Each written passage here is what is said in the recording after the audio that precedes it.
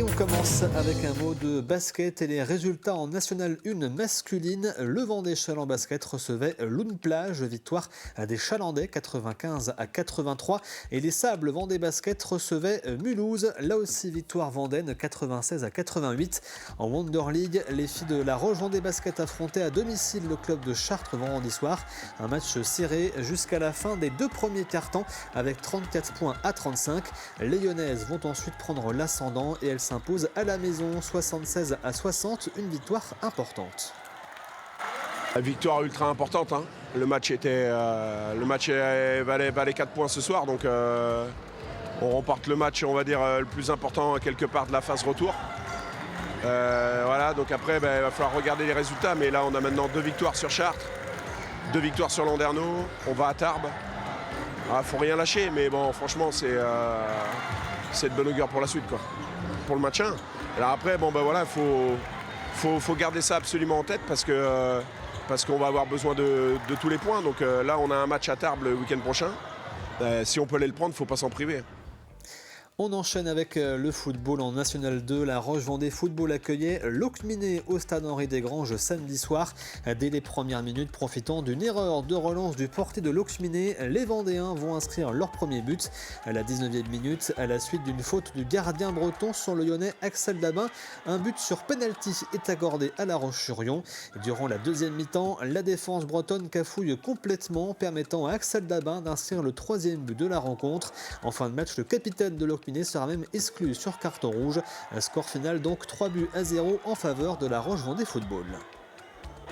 C'était un match différent des autres. On a marqué au bout d'une minute 30 avec une bourde de l'adversaire. Voilà, je pense que l'adversaire ce soir nous a aidés, nous a bien aidés. C'est vrai qu'on a profité des heures inhabituelles de cette équipe-là. Et c'est vrai qu'autant en match aller, on avait fait la même chose. On avait donné 2 buts.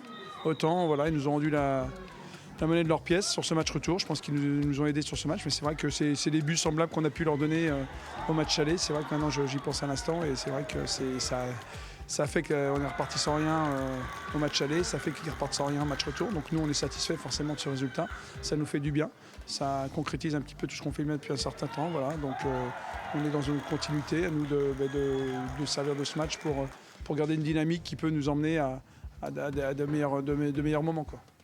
Direction la glace maintenant pour le premier match des quarts de finale des play-offs. Le hockey-glace lyonnais recevait Lyon samedi soir. Devant une salle comble, les Vendéens se sont imposés avec un match solide face au leader du classement. Un premier point dès la première minute de jeu, puis un deuxième but quelques instants plus tard. Le Hogli mène 2-0 à la fin du premier tiers-temps. Les Lyonnais reprennent du rythme ensuite, mais restent derrière à la fin du deuxième tiers-temps, 3-2. Dans la dernière partie du match, Camille Rojnoa vient libérer l'équipe avec un dernier point à quelques secondes de la fin, signant la victoire du Hogli vendéen sur le score de 4-2, un match retour dans une semaine. Déjà les gars, il faut les féliciter parce qu'ils ont fait un bon boulot sur la glace, donc on a bien géré le match. On savait qu'on joue contre Lyon, c'est l'équipe qui finit première sur la première phase. C'est des matchs qui sont serrés, en tout cas celui-là a été serré, il a tourné à notre faveur, donc la semaine prochaine on va à Lyon et on verra bien. On était toujours devant dans le score, c'est important.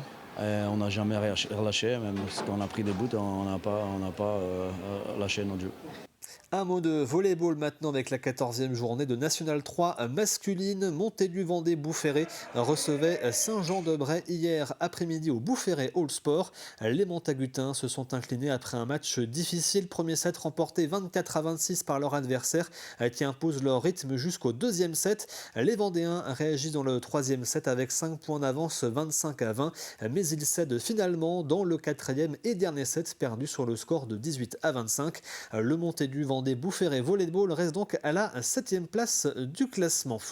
Et je vous rappelle que vous retrouvez l'ensemble de l'actualité sportive ce soir, bien sûr, avec 85 chronos présentés par Aurélien Huard.